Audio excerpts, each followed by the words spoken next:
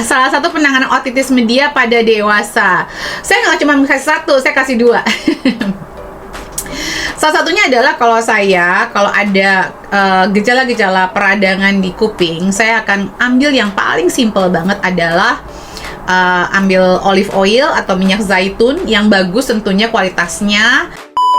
Tak boleh makan pisang yang gancet. Ini adalah completely hoax ya. Kayaknya saya juga dulu dibilang begitu. Katanya nanti anaknya kembar siam. Enggak tuh, anak saya nggak kembar siam.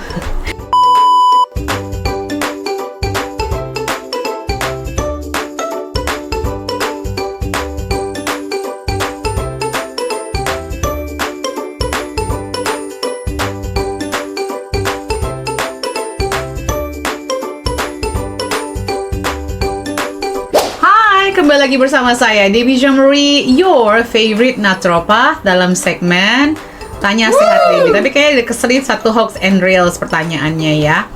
Saya gabungin aja ini teman-teman biar saya jelaskannya lebih sempurna. Apa sih naturopathic medicine? Naturopathic medicine adalah ilmu kesehatan berbasis sains di mana kita berusaha mencari akar masalahnya. Bukan cuma sekedar ngobatin gejalanya saja. Karena kalau cuma ngobatin gejalanya nggak akan sembuh secara optimal. Jadi sembuhnya itu cuma sementara aja. Sementara kalau kita perbaiki dari akar masalahnya, kesembuhannya akan lebih optimal. Yuk kita mulai. Semuanya berdasarkan sains. Jadi bukan seperti yang dibilang orang-orang ya itu pseudoscience, semuanya berdasarkan scientific. Jadi kalau teman-teman mau ikutan di Tanya Sehat Debbie atau di Hoax and Real, jangan lupa follow Root of Life UK. Setiap weekend akan ada kolom Q&A, akan saya jawab di sini di YouTube channel saya, Debbie Jamari Official. Let's go! Jangan lupa untuk di-subscribe dan follow. Banyak banget yang belum subscribe. Jangan lupa untuk subscribe dan share ya. Karena saya yakin semua pertanyaan dan jawaban saya akan sangat bermanfaat buat teman-teman semua, buat orang-orang tercinta di keluarga Anda. Kita mulai dari Fanny Darise. Bu, THS bukan THS ya, TSHS dan FT4 saya normal. Tapi dokter masih diagnosa saya hipertiroid dari gejala fisik jantung yang suka berdebar. Itu gimana? Jadi gini ya sayang, tiroid ini tuh sesuatu yang sebenarnya teman-teman harus pelajari sedikit banyaknya. Seharusnya sih kalau ada hipertiroid, saya akan juga cek FT3-nya juga. Jadi jangan hanya TSHS dan FT4-nya saja, tapi FT3-nya juga. Gejala fisik jantung suka berdebar memang salah satu yang mungkin akan membuat dokter memberikan diagnosa hipertiroid. Tetapi kalau dari sisi naturopat, saya melihat juga banyak sekali kondisi di masyarakat yang punya masalah asam lambung. Nah, ini bisa juga menyebabkan jantung berdebar gitu kalau asam lambungnya naik. Nah, jadi saya nggak bisa ngasih, maksudnya itu gimana tuh gimana, maksudnya gimana sih? Mbak maunya aku jawabnya bener apa enggak diagnosanya itu ya. Kalau aku membantu dokter medis nih, karena yang memberikan diagnosa itu dokter medis ya, bukan naturopath. Kami memberikan solusi komplementari, mungkin ada kekurangan mikronutrisi. Misalnya kalau tiroid, saya akan juga ngecek vitamin D levelnya gitu ya. Tapi juga saya akan mengecek kondisi pencernaannya juga sih. Karena pada akhirnya kalau ternyata itu akar dari GERD, bisa jadi, karena segini loh, kalau Mbak Fani mau tahu juga tentang hipertiroid, itu biasanya berat badannya juga turun. Atau maksudnya lebih mudah, lebih sulit menaikkan berat badan dibandingkan nurunin berat badan. Kalau hipotiroid kebalikannya, lebih gampang naikin berat badan dibandingkan menurunkan berat badan. Terus juga kalau orang yang hipertiroid biasanya apa-apa pengen cepet, kalau ngomong juga cepet gitu. Terus gampang keringetan. Terus orang yang punya, ini tendensinya ya, orang-orang yang punya hipertiroid itu kecenderungannya adalah suka makan di luar. Jadi asupan garam dengan tambahan yodiumnya itu tinggi dan gak suka makan sayur. Jadi dua-duanya sih, karena sayuran cruciferous vegetable atau sayuran sawi-sawian itu berperan penting dalam tiroid ya. Kalau hiper itu harus makan yang mentah, kalau hipo makannya yang mateng. Terus juga kalau mau dapetin yodium, kalau saya sih lebih suka masukinnya dari ikan-ikanan laut atau seafood daripada dari garam meja yang difortifikasi. Semoga bermanfaat ya Mbak Fani. Berikutnya dari FRZ Sabrina, Bu, TMJ disorder apakah bisa diputar balik? Bisa. Udah kan, jawab pertanyaan itu doang kan? Jadi aku jawab cuma bisa. Afika Zahidah, salah satu penanganan otitis media pada dewasa. Saya nggak cuma kasih satu, saya kasih dua. Salah satunya adalah kalau ada gejala-gejala peradangan di kuping, saya akan ambil yang paling simple banget adalah ambil olive oil atau minyak zaitun yang bagus tentunya kualitasnya. Kalau saya memastikan bagus apa enggaknya olive oil itu berdasarkan dari lihat di belakangnya jenis satu negara, tempat pembotolannya, dari mana dia berasal itu dari satu tempat, dari satu negara, jadi nggak dipindah-pindah negaranya. Yang kedua itu di botol kaca, yang ketiga botol kacanya gelap, ya nggak ada tambahan-tambahan apapun, 100% olive oil.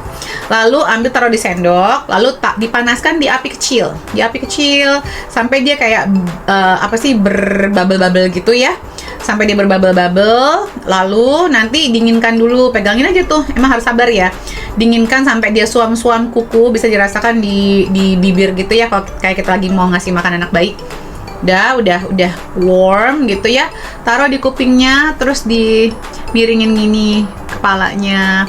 Jadi biarkan dia terendam selama 5-10 menit. Kalau udah, baru nanti ditegakkan kepalanya, dan bisa diulang beberapa kali sehari. Dan kalau ada demam, saya akan langsung masukin oil of oregano. Dan silahkan follow panduan demam di YouTube channel saya ini. Oke? Di scroll aja, di search demam. Berikutnya dari Afika Zahidah lagi, perbedaan utama antara histamin intoleran dan alergi. Oke, saya akan pull out dari artikel-artikel literasi medis yang banyak ya. Jadi saya akan ambil pertama dari Cleveland Clinic. Nah, kalau dari Cleveland Clinic ini sebenarnya histamin intolerance itu bukan alergi ya sayang. Histamin intoleran itu adalah reaksi dari seseorang yang tidak bisa mencerna histamin gitu. Nah, histamin ini bisa dari makanan, bisa dari bahan kimia juga. Jadi gejalanya tuh kayak gejala alergi, tapi sebenarnya bukan alergi gitu. Jadi ini orang-orang yang nggak cukup nih namanya enzim DAO ya, DAO. Nah, produksi DAO yang rendah itu biasanya keturunan gitu. Jadi ini bisa diperbaikin, bisa diputar balik. Kalau orang punya SIBO, punya leaky gut, itu biasanya enzim DAO-nya kurang. Nah, kalau misalnya udah diperbaikin itu bisa berubah. Nah, kalau misalnya aku ngambil juga dari Allergy Research kalau nggak salah. Dari Allergy Research itu memang gejalanya si histamin intoleran ini mirip kayak orang alergi, tapi sebenarnya bukan alergi. Jadi vasoactive amines ini biasanya ada di makanan dan di beberapa bahan kimia, termasuk histamin, tiramin, feniletilamin. Nah, jadi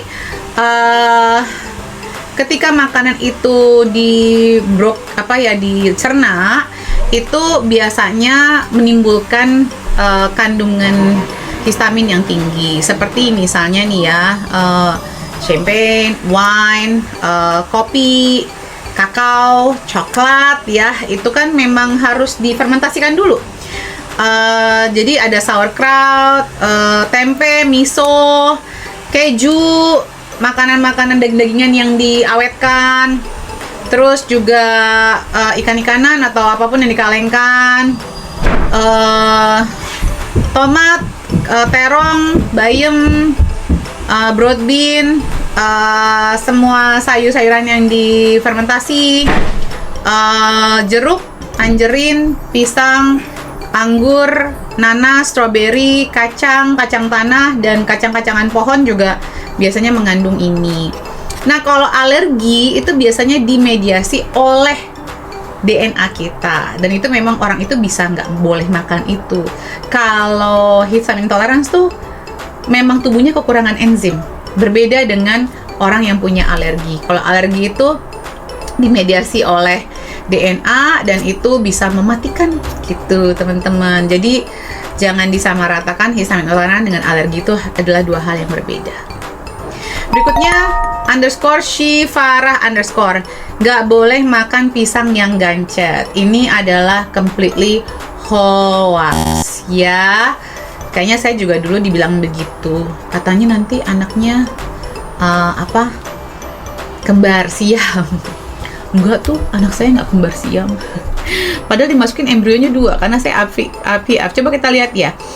Pisang gancet. Apa sih hoaxnya? Makan mitos pisang gancet. Pesan leluhur agar anak-anak atau ibu hamil lebih berhati-hati atau mau berbagi makanan. Biar nggak maruk, nggak rakus gitu maksudnya. Bentuk unik pisang gancet terjadi secara alami karena pertemuan buah yang saling menempel di pohon. Mitos. Kalau jodoh apa aja sih mitosnya, penasaran juga saya mau tahu. Kalau tahu saya mah dulu suka ada si kerupuk bolong ya, kerupuk bolong zaman kecil juga. Saya mah suka yang nempel-nempel begitu. Suka saya malah. Apa lagi? Bisa nambah istri. Lucu banget sih. Aduh. Banyak banget mitos di Indonesia dan kebanyakan hoax. Nggak ada hubungannya. Oke, semoga bermanfaat jawaban saya. Dari dokter juga banyak yang udah mengklarifikasi. Afika Zahidah, gigi yang berlubang masih bisa diperbaiki tanpa menambal. Yes and no. Tapi kalau untuk seseorang yang pemahamannya masih jauh, mendingan ditambal aja ya. Nanti malah bermasalah. Nanti malah jadi infeksi dan lain-lain. Semoga bermanfaat. Jangan lupa di-share dan subscribe. Salam sehat selalu. Bye. Sampai jumpa minggu depan.